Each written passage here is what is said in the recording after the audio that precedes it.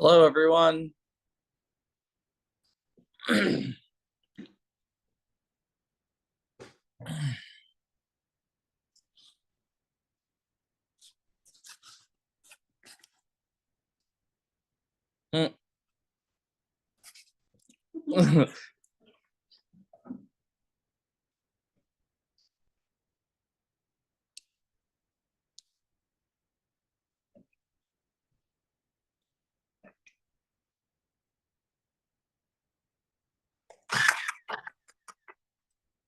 So if you ever want to get the shirt on a bag, Yeah. this is how it'll come out. What? I'm gonna sit in front of your book, so you can't do that. So no, I won't do it. I won't. I promise. Too late.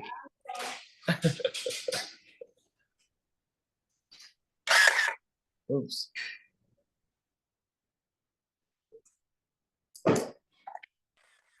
Why is this not working? Don't look down the barrel. Ah! Just kidding. All right. Yes, if we ever want to get that on a what? On a tote bag. Yeah. This is how it'll look. Are you putting it in the chat? Oh, and look at if in my Oh yeah, I can see now. Oh wow. Oh yeah. All right. I love it. I love it. The shirt is amazing. I actually need to get another one just to have like a spare. in case something happens to it. I know, yeah. Like I don't want to get like tomato sauce on it or something, you know? That always happens with white clothes for me. So I just had to come to terms with it, that I have to, like, not be a sloppy with my beard and eating. I know, yeah. And then I actually, this actually forms on me. that the bifurcated Sodic beard.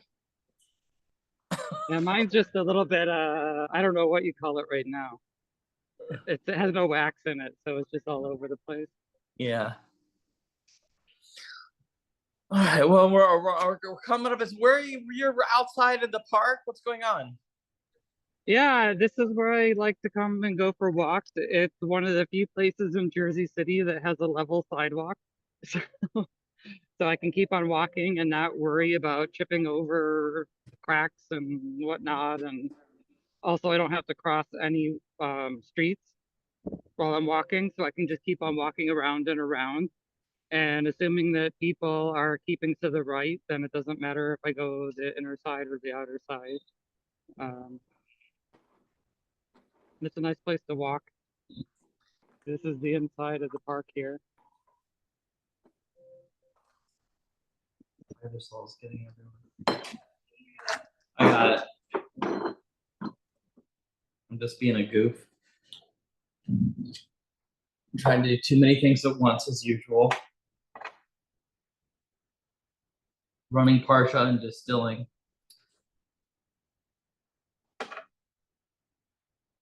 Is that some sort of like Death Star liquor cabinet behind you? Yes, it is.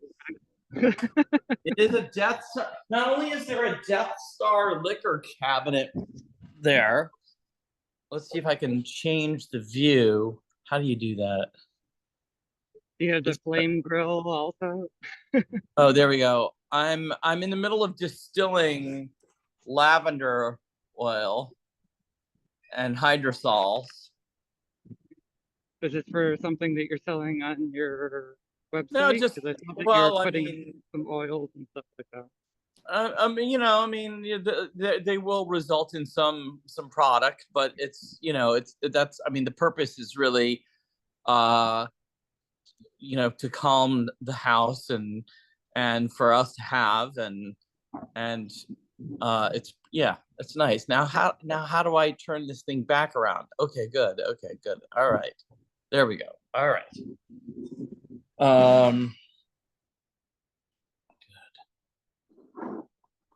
So, okay, so it looks like we have a fair number of people here. And it's 6:01. And hello, Channing. Channing is connecting too. So we'll talk about a little bit before we talk about Parsha. I'm going to say, unfortunately, Rob Aaron isn't joining us tonight. He just had sudden death in the family that he just found out about only a half an hour ago. So it's such shocking news. So unfortunately, he will not be able to attend. And Rabbi Danino is in Israel, but Rabbi McLashley may show up. And until then, what? He is. Oh my goodness. Well, I don't see. Oh yes, look there. Yes, now I see. So that's what's going on. So we'll start. We can start. Rabbi McLashley's joined us, so that's wonderful.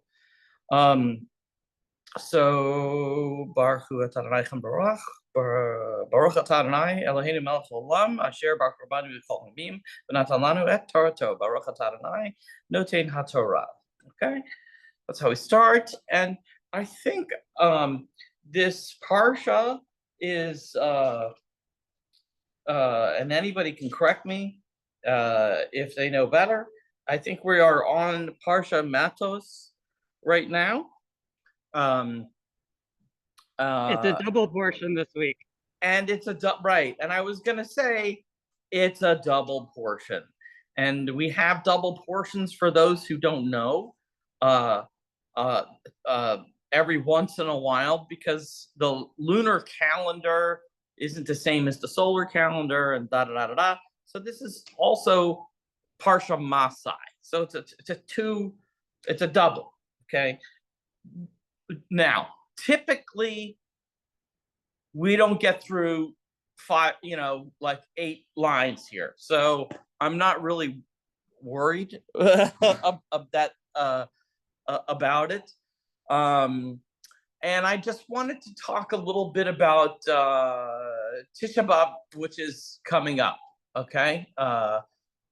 Because it'll have already started by the time next week rolls around. So I want everybody to prepare for the 9 days leading up to Tisha B'Av.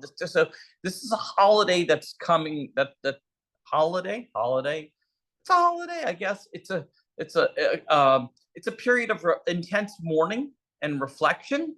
The 9 days preceding this holiday, this holy day. Let's not call it a holiday. I don't want to call it like a day of celebration. A holy day. Okay. And at the Kabbalah Center, they call it the most negative day of the year. They call it a negative day. Yes, it's the most negative day of the year. Absolutely. So it's a major fast. And why is it the saddest day of the year, the worst day of the year? It commemorates the destruction of the first and second temples in Jerusalem, along with many other tragedies that have occurred throughout Jewish history. And during this time, some people abstain from meat and wine because they're symbols of joy and celebration. There's avoidance of some joyful activities like weddings, parties. Celebratory events are postponed. Refraining from bathing for pleasure, like hot tubbing, is minimized just for cleansing purposes. No haircuts, no shaving. So this is a sign of mourning. No signing contracts either. No signing contracts. Nothing that's going to be like starting something. Start anything like plant a seed. Right. Right. You should postpone any elective surgeries because the mazel is lowest at this point in a year for these 9 days. And you should even minimize construction and renovation. Only necessary repairs are usually undertaken. And these 9 days are seen as a period of bad luck due to the, as I said, all of these tragedies, and we kind of take this time to mourn. It's coming up, like I said, so it'll be here around this time next week. So I want you to know, if you have bad luck, this may be why. And so historically, like I said, the destruction of the first temple, 586 BC, the second temple, 70 CE by the Romans, and then there was an expulsion in Spain, which is the Alhambra decree in 1492, the year that Columbus discovered America, which forced all the Jews to leave Spain. Spain and Provence is where the Kabbalah started around the year 1100. So all of Jewish magic is not, like I've mentioned a million times, there's Jewish magic outside of the Kabbalah. The outbreak of World War I, many historians note this event which also eventually led to World War II. And the Holocaust began during this period. And so, it marks this holy day is an anniversary of some very tragic events, and the 9 days leading up to it are considered bad mazel. So mazel is, we've talked about that before. Mazel tov. There are some Jews that say that the constellations hold no influence for the Jewish people. Meanwhile, the Jewish people run around and what do they say? Mazel tov. What does it mean? Mazel is a constellation. It means luck from the stars may rain down upon you, drip down upon you. Mazel tov. Good mazel. Good constellation. Good stars. Right? So Mazelot is constellations, right? Someone correct me if I'm wrong. Let me know. So let's start with Matot, because we're probably not going to get through anything, and I'll do my little, what we call in Yiddish shtichlach, my little summary maybe, and these two sections really are mostly, they have a lot to do with vows and oaths and things like this, promises, I would say, conditions. So matot means tribes. Okay, it's like a branch of a stick. Okay, and it becomes independent. Okay, and at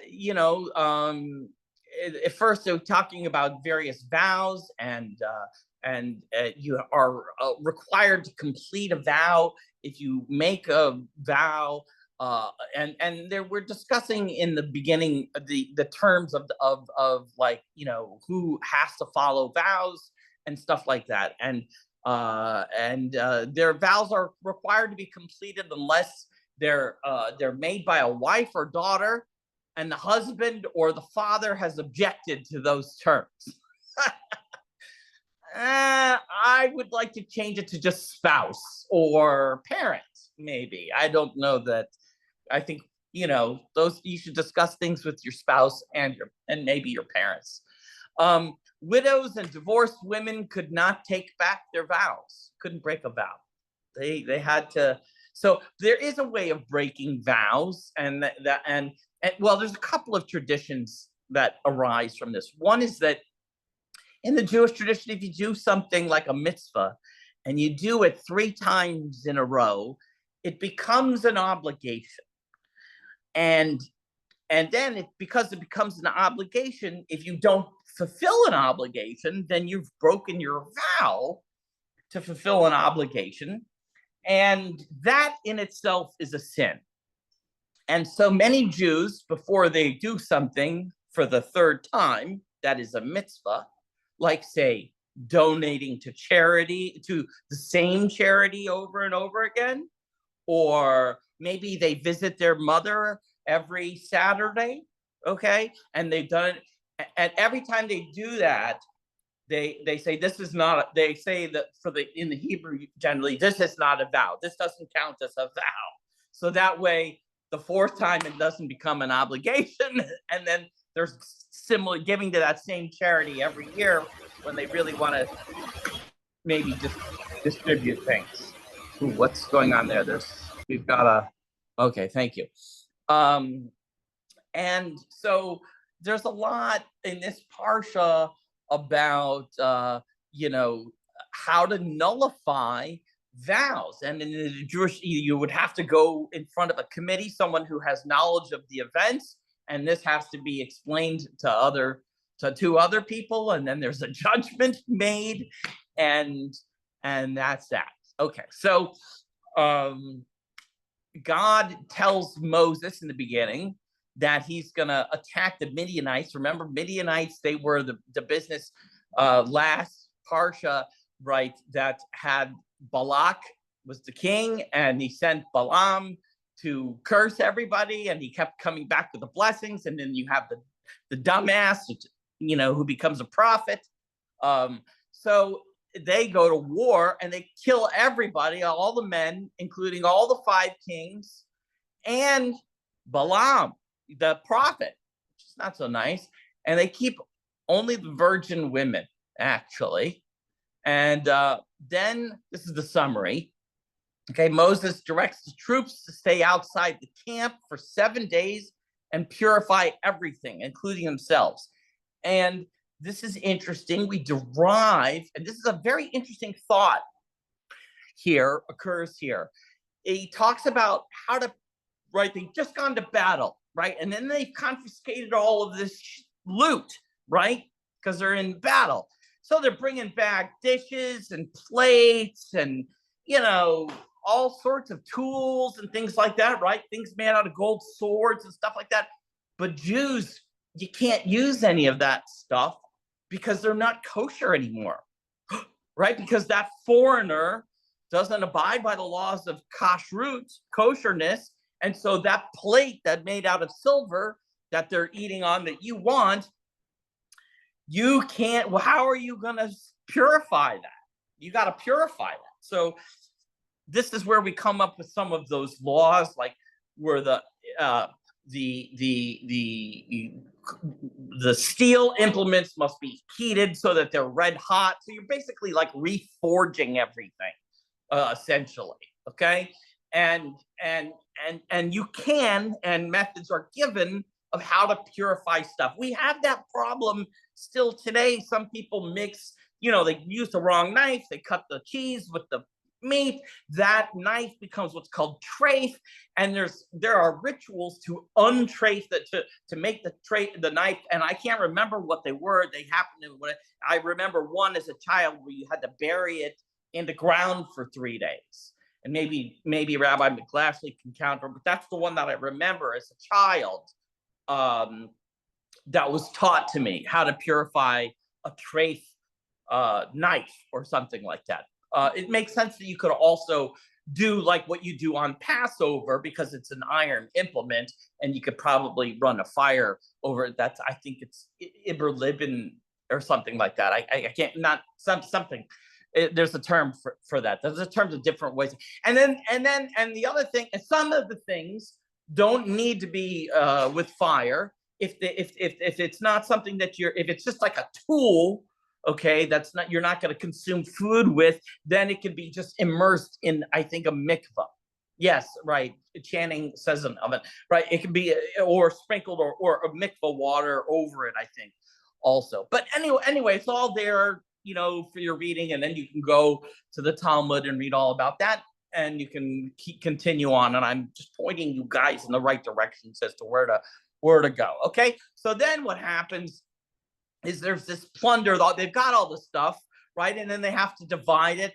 And there's an accounting of 16,750 shekels of gold for Eleazar and for Moses, and the rest of everybody gets divided and whatever. Then there's a part where they get to see the borders, the land of Israel, and they get to hear, like, the borders. It's going to stretch from here to there and from there to there. Okay, so they got the geography gets mapped out. There's an accounting of all the 42 different places that they stayed in the wilderness. 42, the magic number.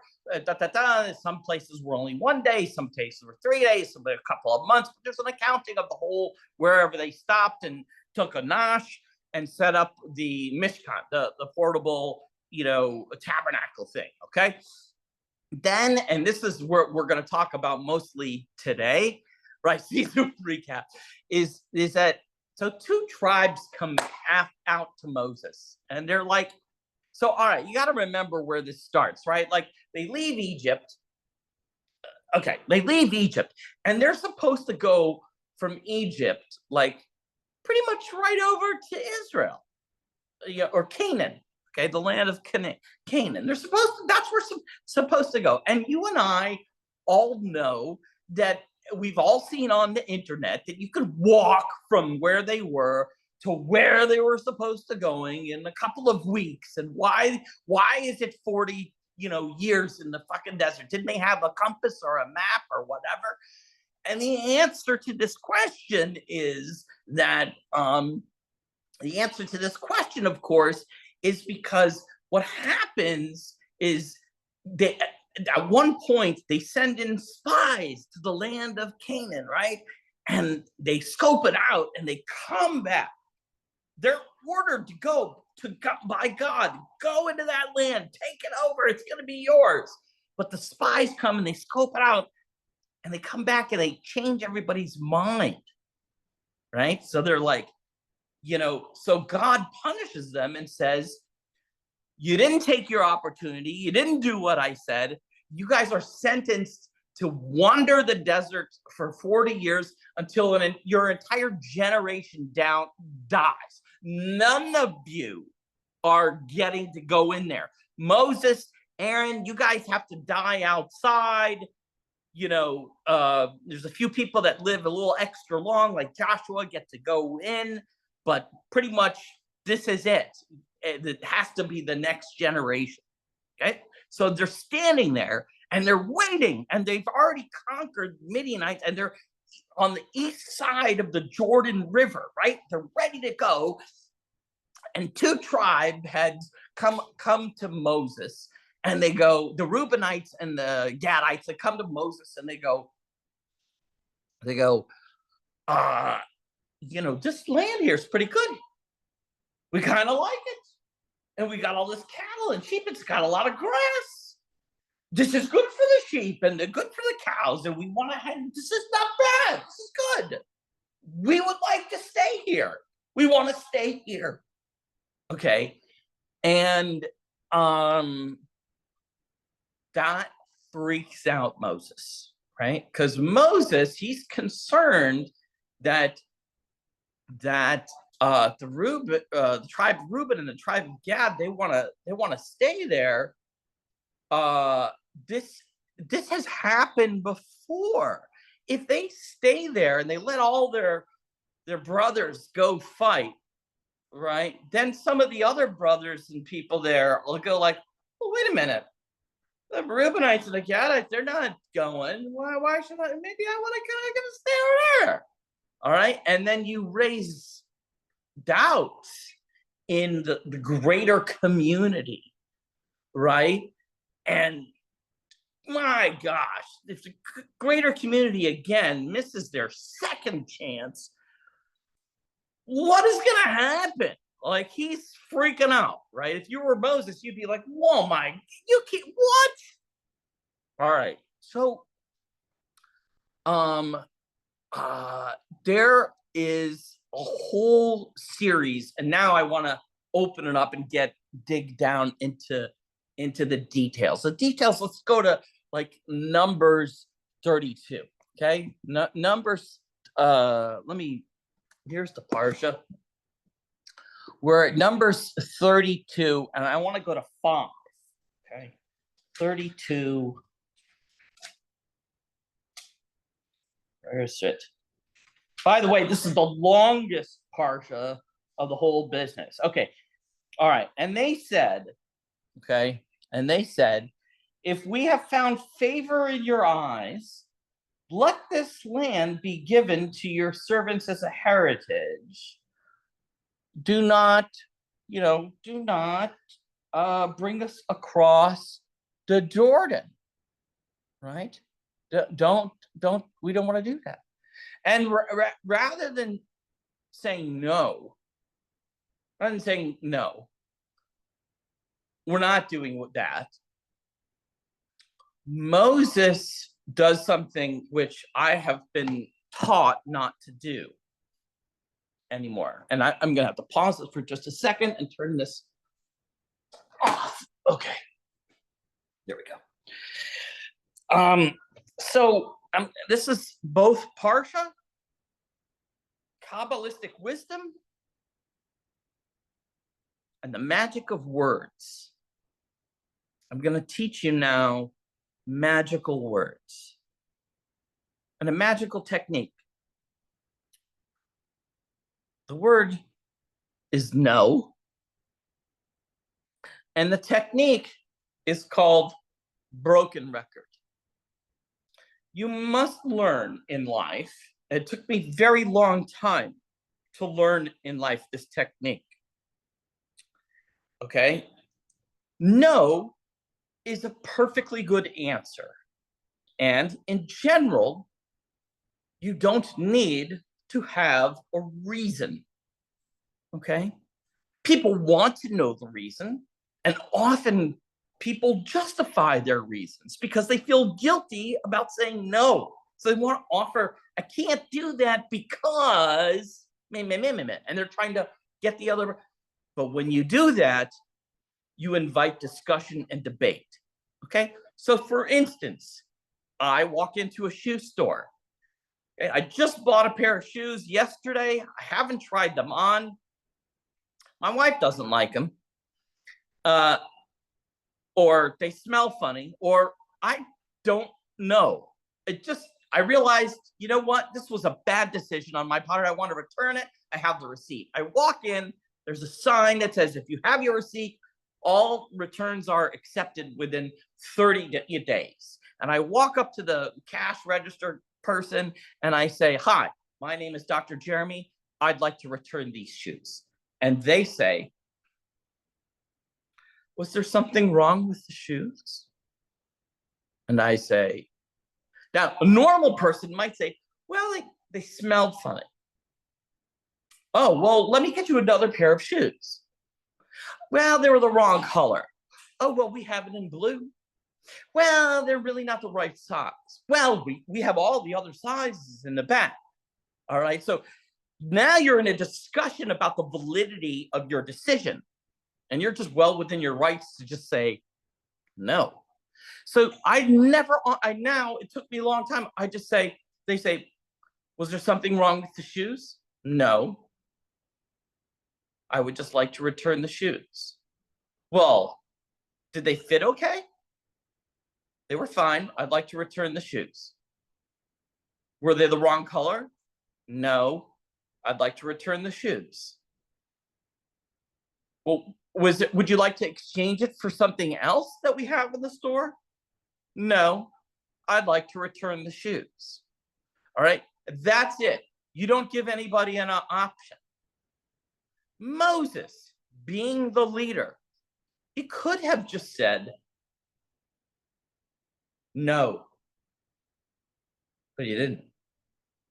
He opened himself up for discussion. He gives them a whole series of lists. He asks them in 32.6, do you think this is right for you guys to sit here while your brothers like fight? This is you can't do that. Right? I mean, you can. It's numbers 32:6 through 13, right? And are you really going to sit here and let everybody else go to war? And he tells them the reasons. He says, if I let you guys sit out, it's going to raise doubt in the people around, and we may miss our shot. This is what he's concerned about. We might miss our second chance. And woe be, I mean, we all had to die out once before God gave us a chance. We better we can't have, you got to be unified. Okay. So Moses is actually engaging with the cashier, which is very nice. Okay. And he's revealing his fear. So, ordinarily, people would come to maybe a contractual conversation. If you do this, I'll do that, right? That's how you negotiate, essentially. And this is where we get into this topic about vows and oaths, and there's lots of commentary and differentiations, but I'm just going to tell you that a vow is a conditional curse, in my opinion, in my humble opinion. It means when I take a vow, I can take a vow. I promise my daughter, okay, I promise to pick you up to school today. Okay, that's I would say that's an oath, okay? Because there's no condition. I just made a promise, okay? A vow is really a conditional curse, in my opinion. It's, I promise to pick you up on time today, and if I don't, I will pay you $20 for every minute I'm late. So there's a penalty, right? A penalty. Or there could be a carrot, right? You could say, I vow to pick you up on time, and if I'm early, you give me $50, and if I'm late, I'll pay you $200, right? So you can have carrot and stick. But the thing is contingent upon the blah, blah, blah happening. And this is why I call it conditional curse. Like, if I don't fulfill this, you're going to happen, okay? So Moses has just revealed his fear. Moses has just revealed his fear to the Reubenites and the Gadites. And they could say, walk up to Moses, and they could say, listen, we totally get it, man. We totally get it. How about this? We'll go and we'll fight alongside our brothers, but when we get back, okay, if we win, if we lose, we get nothing. Fine. If we win, we get to keep this land over here on the east side of the River Jordan. And if we don't fight, we lose the land. Just automatically. All right? Right? There's all these, like, you could think that would be the normal response. But that's not what happens in the Torah. And we always ask, what is the Torah telling us? Right? What is the Torah telling us? Well, if you read it, the Torah tells us in Numbers 32:16. It's very, very important, the word that we're using. This is why I talk about translations. And when you read something through a translator, you're getting the translator's bias, right? You're not getting the true understanding. And this is part of Gematria. This is Hebrew etymology at its finest, okay? And I've done this every time so far. What does 32:16 say? It says, and they came near to him. Vayagishu. Vayagishu. From Vayagash, okay? It means va is and Yagish is narrowed the gap, came close. And U is they, like they came close, okay? So, and they came close to him, and they said, so the Reubenites and the Gadites, they approach Moses, they look him in the eye, and they say, they narrowed the gap. That's what it means. They narrowed the gap between, they came to meet Moses. Otherwise, why does it say that? It says they came near unto him and said, blah, blah, blah, blah, blah, blah, blah, blah, blah. So what is the Torah telling us? Every word is important in the Torah. So why bother? Why not just say they responded? They responded with, okay? Why doesn't it say that? No, it says, and they closed the gap and came near and said.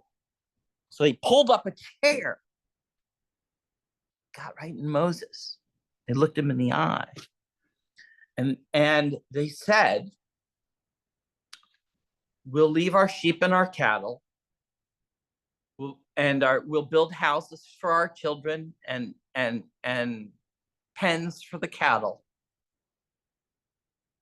And not only are we going to fight with you, we're going to fight on the front line. We're going to be on the vanguard. We're going to be ahead of everybody else. We're going to be the Rangers. We're going to be the Navy SEALs. Okay? We're going to be the Delta Force. All right? And they put no conditions on it. That's how they respond. They just look at Moses, they narrow the gap, and they don't say, if this, then this. They say, we hear that you're scared that we will not be unified. We're coming. We will be there. And not only will we be there, we're going to be on the front line. Land or not. That's how they respond if you read it. Okay?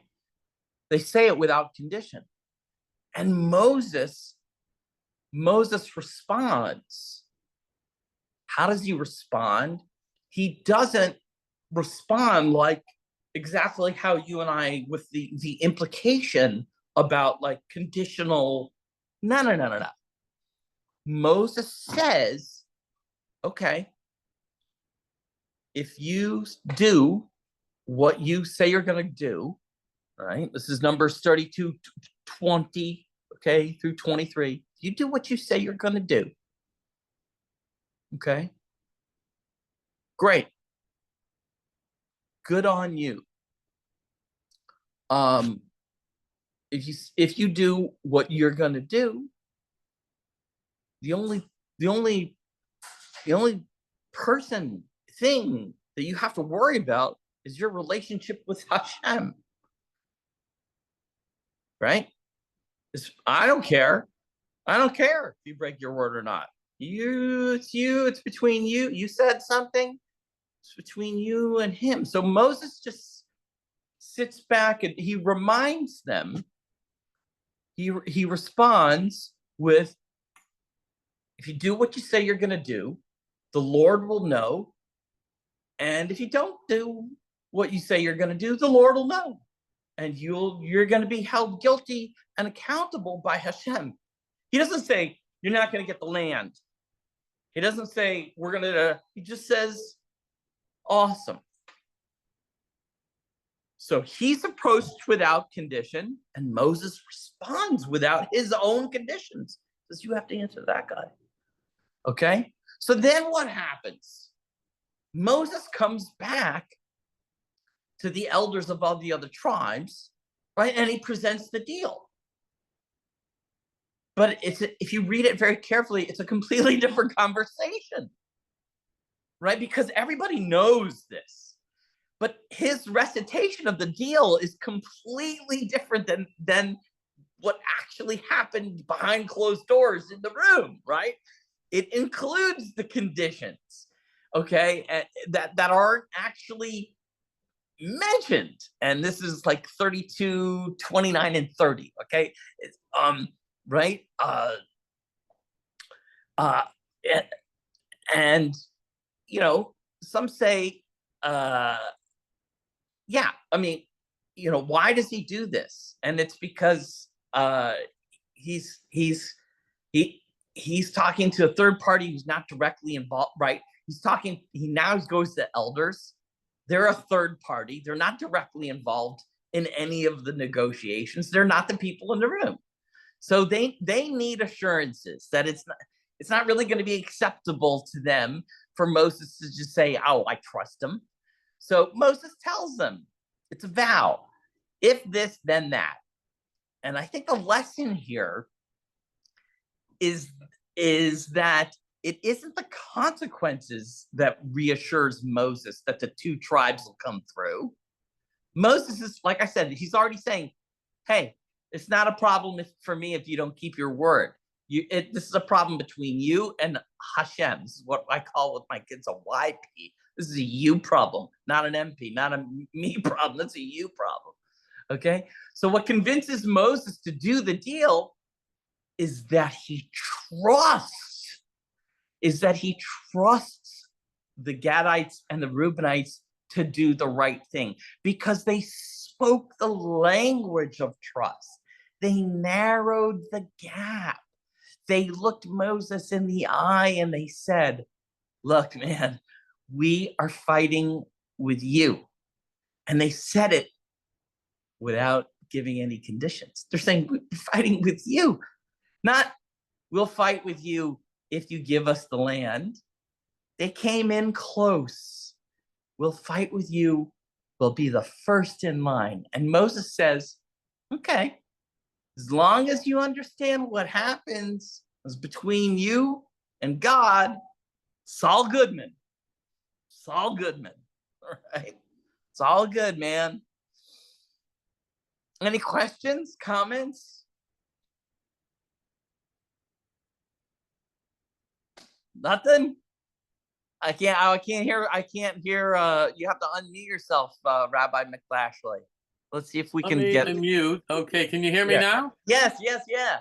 Okay, yeah. well, something you alluded to earlier about during Ben HaMetzarim from Shiva Asar B'Tammuz, the fast day through Tisha B'Av. This is a period of time of basically a veilless mourning, right? We're mourning in the temple. Now, in alluding to something with divine magic or Jewish magic, I'll allude to something here. When I was in Yeshiva Chavetz Chaim, I mentioned this about manifestation. There's a Gemara, it's in Baba Metzia, that discusses with lost objects. An object that's lost, when are you obligated to report, like we lost the temple, right? The Beit HaMikdash, the Chorban Beit HaMikdash, Chorban Beit Rishon, Chorban Beit Sheni, we lost the temple. So there's a thing that, the point that when something is lost in Baba Metzia, it deals with, there's a famous Gemara that starts with Elo Metzia Shalova Elo Chayav Lahachritz. These fines you can keep, and these fines you're obligated to announce, to perform Hashavas HaAveda, to return the lost item. When are you permitted to keep an item? When are you obligated to return the item is the question. And then it gets into a machloka dispute between Abaye and Rava, Yu, Shalom, and that. I won't go into that. But the point is, the Iker Zach, the main point is, if a person is not misyayesh, if they don't give up on it, if it's not, let's say they use in the example of this Gemara, if something like falls overboard at sea, it's a Vuda Mikol Adam, it's lost. Nobody's going to find it. It's at the bottom of the ocean. Forget about it. Hang it up. Kiss it goodbye. Move on. But if someone's not misyayesh, if someone hasn't relinquished hope, if they still retain hope that they can find it or regain it, then that's the main criteria. The deciding factor. The main factor where we say you have an obligation to return the lost object. For example, if it what do you do? Wait, what do you do when there's a disagreement over the likelihood of recovery?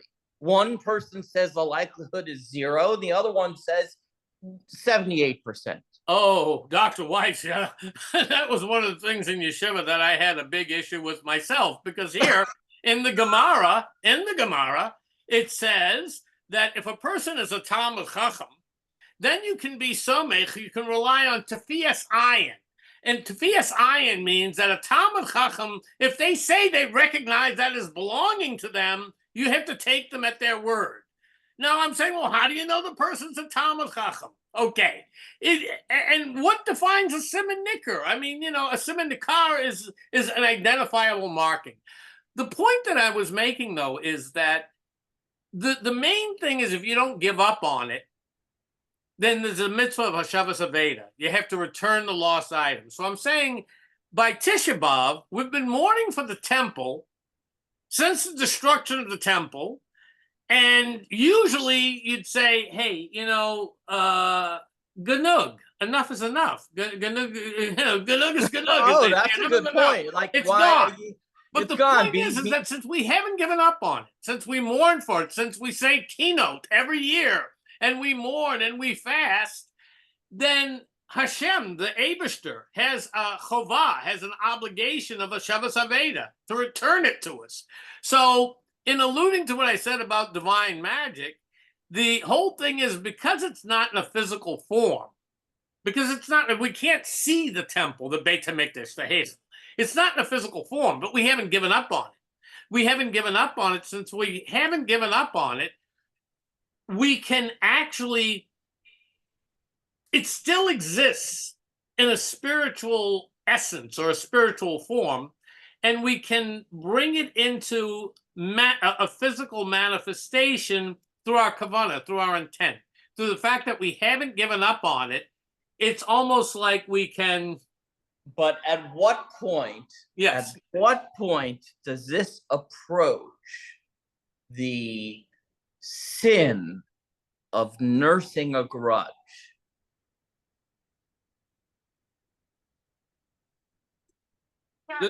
Hold on. My wife, let me just tell her I'm in the middle of the Sharon, I'm in the middle of the shear. I can't talk right now. Okay. Sorry about that.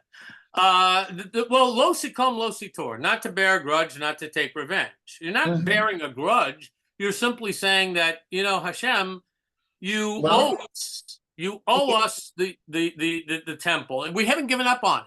We haven't given up on it. So therefore, we're not misyayesh. You have the mitzvah of a Shabbos Aveda. You got to keep your own mitzvah. That's essentially the way it works. Well, I think that it reflects a sort of the optimism almost of Miriam, that you have to be prepared at any time to that for the return, and the party and the good times, and that it might come back.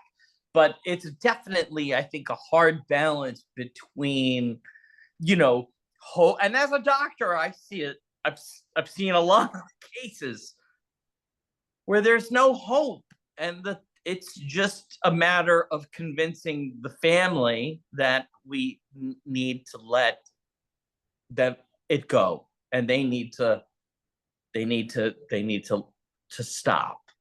Right. And so that in my practical life experience, is probably one of the hardest tasks is we're here to try to give people hope and to inspire hope, but we're not here to give people false hope. Right. False hope. So I think that's where it lies. It's so a what we're spectrum. saying is it's not false hope. To the fact that we're mourning for the temple shows that it's not false hope. Another example would be it's a very real possibility, actually. Land changes hands all the time. But with Yaakov, when he lost Yosef, what? He was in a pit. They brought him the bloody clothes. Hey, Yaakov, get a clue. Your son is dead. But the fact of the matter is he didn't give up hope. Why? Because the reason he couldn't get nechama, consolation, is some part of him knew on some psychic, spiritual level that his son wasn't dead. And I think on some psychic, spiritual level, we as Jews know that the temple is not irretrievably lost. Yeah. I think there's definitely yes. It's like, obviously it's not irretrievably lost. There's one of the walls are still there. Right. There's the Simon Nicker, the identifiable sign that it's going to be returned. It's not exactly like Carthage, where they salted the earth and then people were like, where the hell is Carthage? You haven't, the Romans, we still have a wall there. So, yeah. All right. Fair enough. And the point with the Miraglim, the spies, they, as you alluded to, is the thing. This is that, you know, in the Midbar, in the desert, they were living on this very high madrega, high spiritual ruchniistic madrega, high spiritual level. I mean, look, they were getting Manmin Hashemayim, the heavenly manna, right? The Manmin Hashemayim, and then they had the Ananei Kavod, the clouds of glory, and the pillar of fire leading them. All these wonderful things. Is following them around. Exactly. Water. So the Miraglim, they were when they came back and they spoke Lashon Hara. What they were saying is, hey, look, we don't want to give up all this. We don't have any worries. All we were able to do, we were able to focus on making Aliyah and Ruchniut, on our spiritual development. And once we go into Eretz Yisrael, all of that stops. We got to roll up our sleeves and you know, get to work. And they were saying, well, you know, like, what's the upside? And so, really, like, what's the upside, you know?